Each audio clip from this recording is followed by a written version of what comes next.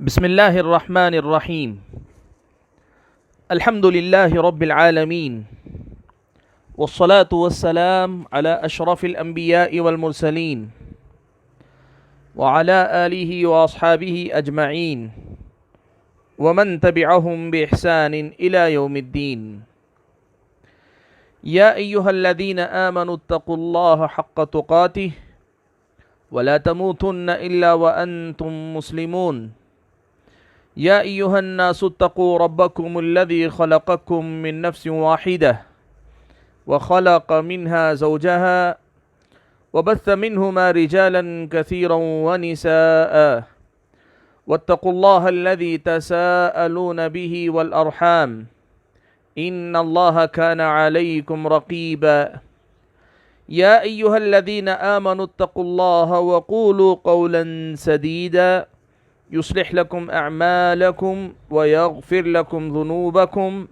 ومن يطع الله ورسوله فقد فاز فوزا عظيما. اما بعد، محترم حضرات، بزرگوں، نوجوان ساتھیوں اور پردہ نشین خواتین اسلام، نیکیوں کے احکام کا جو تذکرہ جاری ہے، اس میں ہم نے کل کے درس میں ایک بڑے ہی اہم مسئلے کا تذکرہ شروع کیا تھا، اور وہ مسئلہ یہ تھا کہ خود کی نیکی دوسرے کو ہدیہ کرنا، یعنی نیکی میں کروں اور وہ نیکی میں کسی دوسرے کو دے دوں کہ تم فائدہ اٹھا لو۔ کیا ایسا ہو سکتا ہے، یا اسلامی شریعت میں ایسا کرنے کی کوئی دلیل یا کوئی گنجائش ہم اور آپ کو ملتی ہے کہ نہیں ملتی؟ اس سلسلے میں ہم نے بات چیت شروع کی۔ کل کے درس میں ہم نے دو قسم کے لوگوں کا تذکرہ سنا، جن کے بارے میں اسلامی شریعت نے ہم اور آپ کو یہ بتایا ہے کہ ہماری نیکی ہم نہ بھی چاہیں تب بھی دوسروں کو فائدہ پہنچانے والی ہو جائے گی، یعنی ہماری نیکی کا ثواب دوسروں کو دے دیا جائے گا۔ اس میں ہمارے الگ سے نیت کرنے کی ضرورت بھی نہیں، بسا اوقات اختیار بھی نہیں۔ ہم نے دو قسم کے لوگ ذکر کیے، ایک وہ جو مظلوم دنیا سے رخصت ہو جائے تو ظالم کی نیکیوں کا وہ حقدار ہوگا قیامت کے دن، اور دوسرے جو لوگ ہمارے اپنے والدین، ہمارے اساتذہ اور ہمارے سماج کے وہ اچھے لوگ جو ہمیں نیکیوں کی ترغیب دلاتے بتاتے ہیں اور وہ سبب بن جاتے ہیں ہمارے نیک ہونے یا نیکی کرنے کا، تو ہماری نیکی کے برابر اللہ تعالیٰ ان کو بھی اجر عطا فرماتے ہیں۔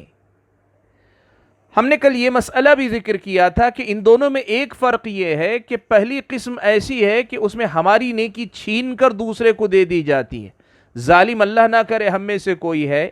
تو ظالم کی نیکی چھین کر مظلوم کو دے دی جاتی ہے، جبکہ دوسری قسم میں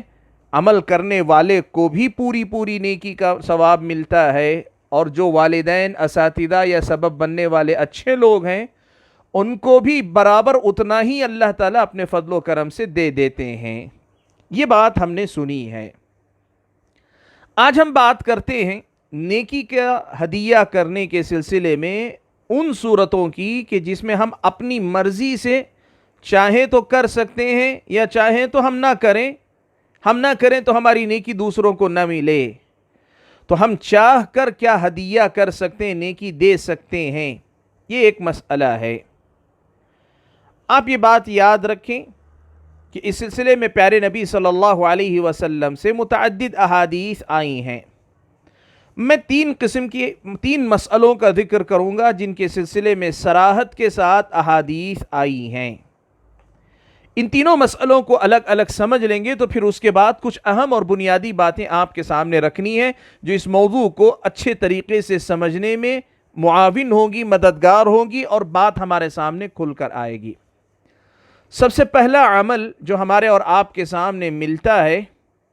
وہ ہے صدقہ کرنا، دوسرے کی طرف سے صدقہ کرنا، یعنی مطلب یہ کہ میں صدقہ کر دوں اور دوسرے کو ثواب مل جائے۔ اس سلسلے میں پیارے نبی صلی اللہ علیہ وسلم سے ایک سے زائد احادیث آئی ہیں۔ صحیح بخاری و مسلم کی روایت میں ماں عائشہ صدیقہ رضی اللہ تعالی عنہ روایت فرماتی ہیں کہ ایک آدمی نے نبی علیہ الصلوۃ والسلام سے آ کر پوچھا کہ اللہ کے نبی، میری ماں کا اچانک انتقال ہو گیا اور میرا خیال ہے کہ اگر ان کو گفتگو کرنے کا یعنی وصیت وغیرہ کرنے کا موقع ملتا تو وہ صدقہ کرنے کا حکم دیتی، تو کیا ان کو اجر ملے گا اگر میں صدقہ کروں؟ یعنی انہوں نے تو کوئی حکم نہیں دیا ہے، لیکن میں اگر اب صدقہ کروں ان کی طرف سے تو کیا ان کو اجر مل جائے گا؟ پیارے نبی صلی اللہ علیہ وسلم نے فرمایا کہ ہاں۔ اللہ کے نبی صلی اللہ علیہ وسلم نے کہا ہاں۔ یہ صحیح بخاری و مسلم کی روایت ہے۔ بخاری کے اندر ایک اور روایت ہے حضرت ابن عباس رضی اللہ تعالیٰ عنہما سے، ہو سکتا ہے یہی واقعہ ہو جسے دوسرے الفاظ میں تعبیر کیا ہو، یا ہو سکتا ہے یہ ایک الگ واقعہ ہو، دونوں کا امکان ہے۔ وہ کہتے ہیں کہ ایک آدمی رسول اکرم صلی اللہ علیہ وسلم کے پاس آیا اور اس نے کہا کہ اس کی ماں کا انتقال ہو گیا ہے، اب اگر وہ صدقہ کرے تو کیا اس کی ماں کو فائدہ پہنچے گا؟ تو نبی علیہ الصلوۃ والسلام نے کہا کہ ہاں۔ تو اس آدمی نے کہا اللہ کے نبی، میرے پاس ایک بڑا سا باغیچہ ہے، آج آپ کو میں گواہ بناتا ہوں کہ میں نے اس پورے باغیچے کو میری ماں کی طرف سے صدقہ کر دیا، اللہ کے نبی کو گواہ بنا دیا۔ اس حدیث سے یہ مسئلہ معلوم ہوتا ہے کہ یہ آدمی ایک دوسرے شخص کی طرف سے صدقہ کر رہا ہے اور نبی علیہ الصلوۃ والسلام نے اسے جائز قرار دیا ہے۔ اس سلسلے میں اہل علم نے یہ بات لکھی ہے کہ اس مسئلے پر اجماع ہے، امت کا اجماع ہے کہ کسی بھی زندہ یا مردہ شخص کی طرف سے صدقہ کرنا، مال خرچ کرنا یہ جائز ہے، اس میں کوئی حرج نہیں ہے۔ پیارے نبی صلی اللہ علیہ وسلم سے اس سلسلے میں ایک اور واقعہ بھی ملتا ہے۔ ایک صحابی کا جنازہ لایا گیا، نبی علیہ الصلوۃ والسلام نے پوچھا، اللہ کے نبی صلی اللہ علیہ وسلم نے دریافت کیا کہ کیا اس آدمی پر کوئی قرض ہے؟ تو نبی علیہ الصلوۃ والسلام کو بتایا گیا کہ ہاں اللہ کے نبی، اس پر کچھ قرضہ باقی ہے جو ادا نہیں کر سکا، وفات پا گیا۔ اللہ کے نبی صلی اللہ علیہ وسلم نے کہا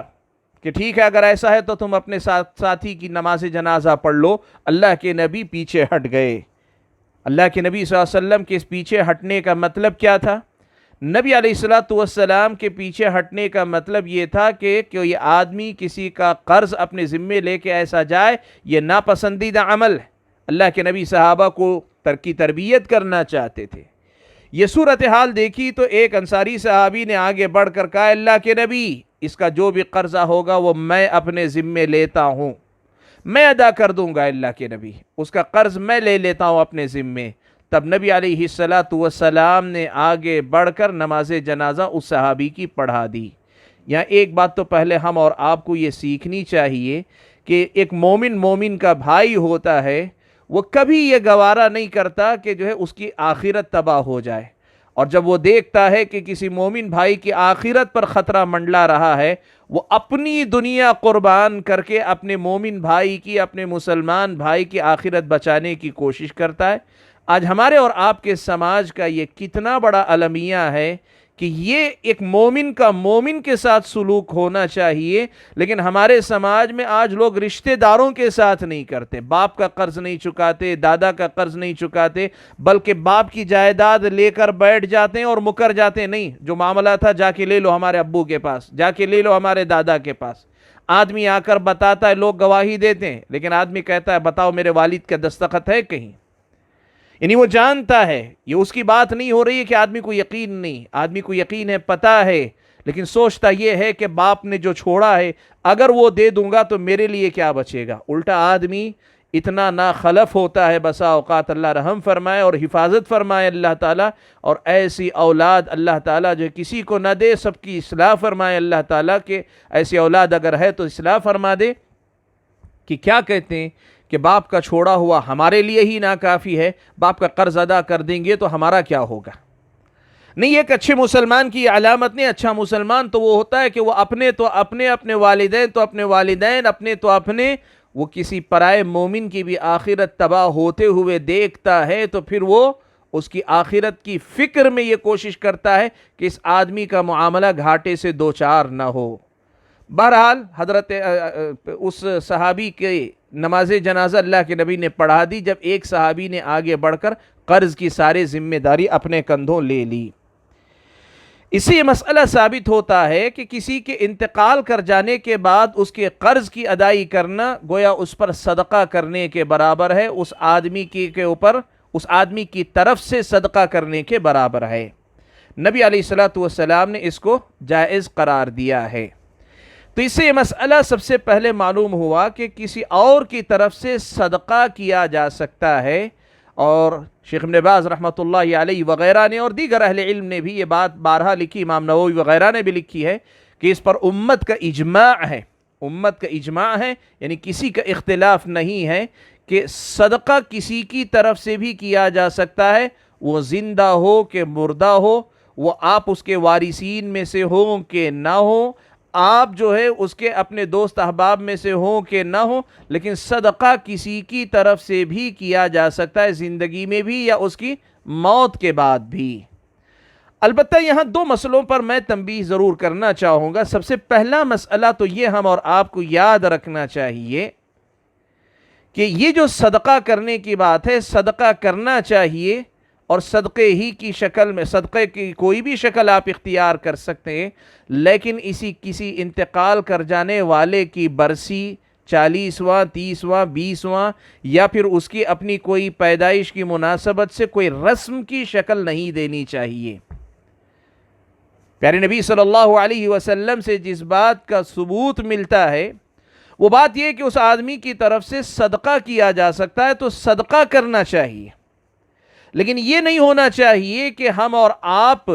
اپنی طرف سے دنوں کو متعین کر لیں، فلاں صاحب کا انتقال ہو گیا، چونکہ اسلامی شریعت میں ان کی طرف سے صدقہ کرنا جائز ہے، اس لیے سال بسال ہم ان کی برسی منائیں گے، ان کا عرس منائیں گے، ان کی طرف سے لوگوں کو کھلائیں گے۔ جیسے آپ جانتے ہیں عرس ہوتا ہے، پھر لوگوں کی طرف سے باقاعدہ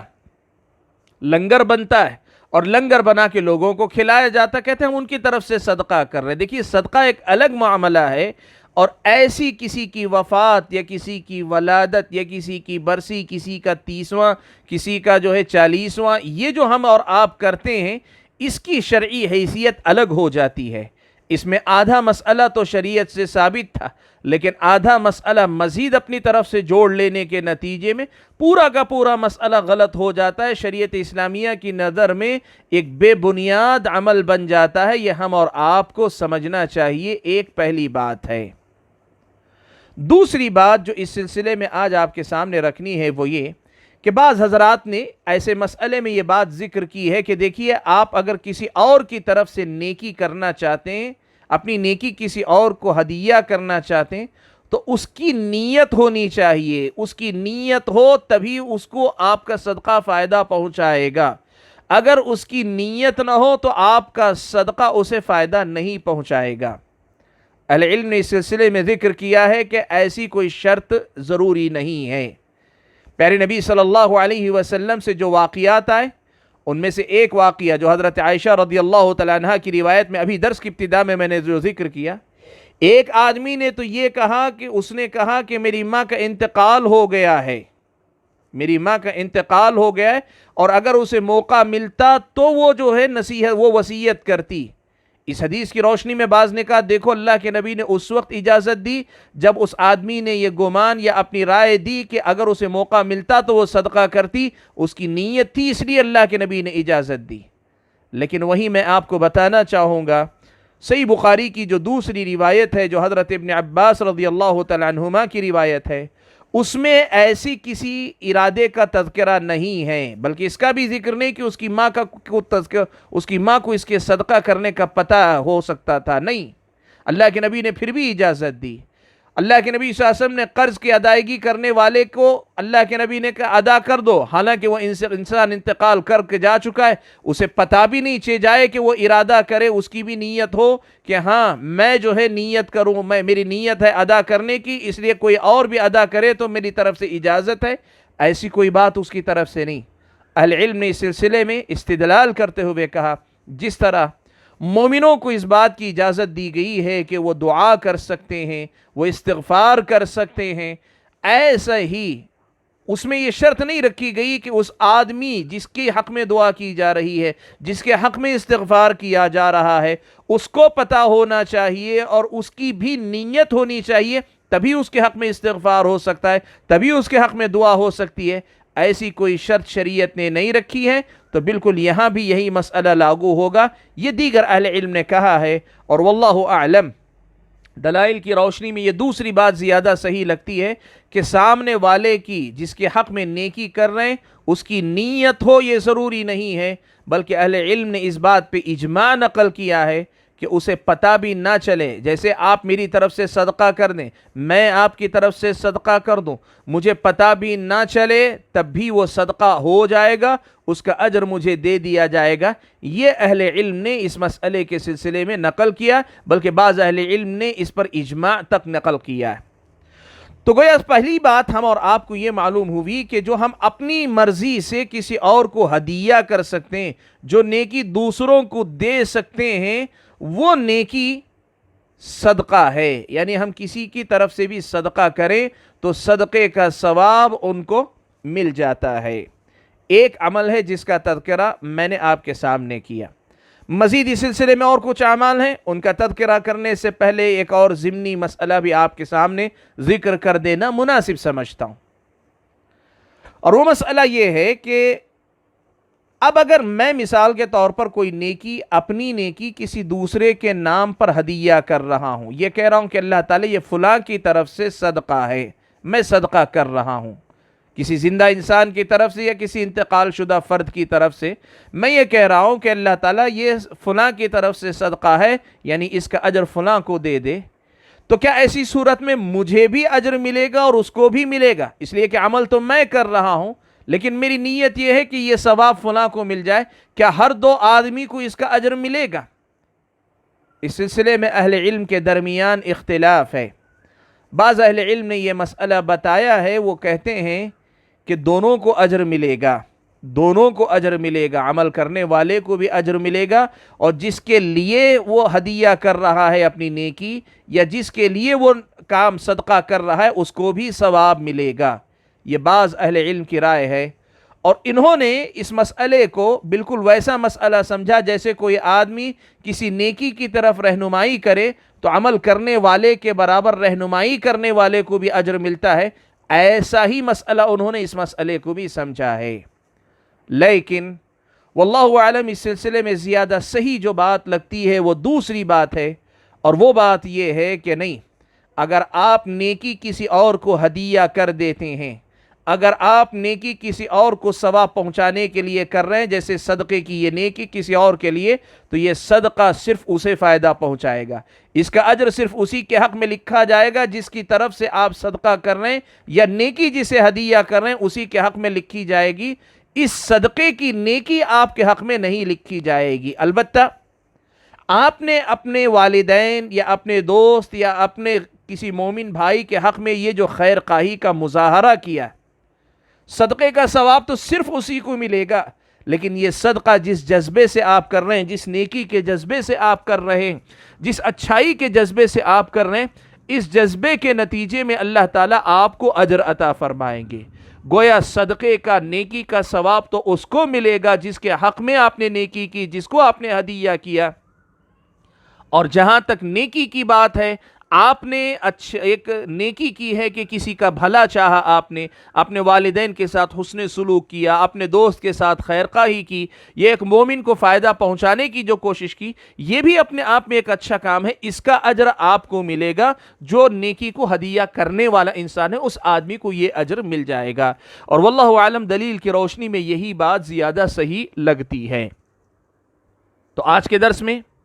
ہم نے یہ کچھ مسائل سمجھے، متفرق مسائل، اور نیکی کے طور پر صرف ایک نیکی کو آج ہم نے سنا کہ وہ کون سی نیکی ہے جو آدمی دوسرے کو ہدیہ کر سکتا ہے۔ کسی بھی قسم کا صدقہ آدمی کر دے، اور صدقہ پیسے کی شکل میں بھی ہو سکتا ہے، اناج وغیرہ کی شکل میں، کپڑا پہنانے کی شکل میں، کسی بھی شکل میں ہو سکتا ہے۔ صدقے کی جو شکلیں کوئی بھی شکل ہو سکتی ہے، مال اور جو دنیا کے اغراض، دنیا کی جو چیزیں، ان کو اللہ کی راہ میں خرچ کر کے یہ نیت رکھنا کہ کسی اور کو ثواب مل جائے، تو اس سے انشاءاللہ دوسرے کو ثواب ملتا ہے۔ یہ وہ پہلی نیکی ہے جو آدمی اپنی مرضی سے دوسرے کو ہدیہ کر سکتا ہے، اور شریعت اسلامیہ سے ثبوت ملتا ہے کہ ایسی نیکی کا ہدیہ جائز ہے۔ تو آج کے درس میں ہم اپنے آپ کو یہاں روکتے ہیں، اس سلسلے کو ہم اگلے درس میں بھی جاری رکھیں گے۔ اللہ تعالیٰ سے دعا کیجئے کہ اللہ تبارک و تعالیٰ مجھے اور آپ سبھی حضرات اور خواتین کو یہ جو ہم اور آپ مسائل سنتے آ رہے ہیں، ان مسائل کو سمجھ کر اپنی زندگی میں اپنانے کی توفیق عطا فرمائے۔ آمین۔ وآخر دعوانا الحمد للہ رب العالمین، والسلام علیکم ورحمۃ اللہ وبرکاتہ۔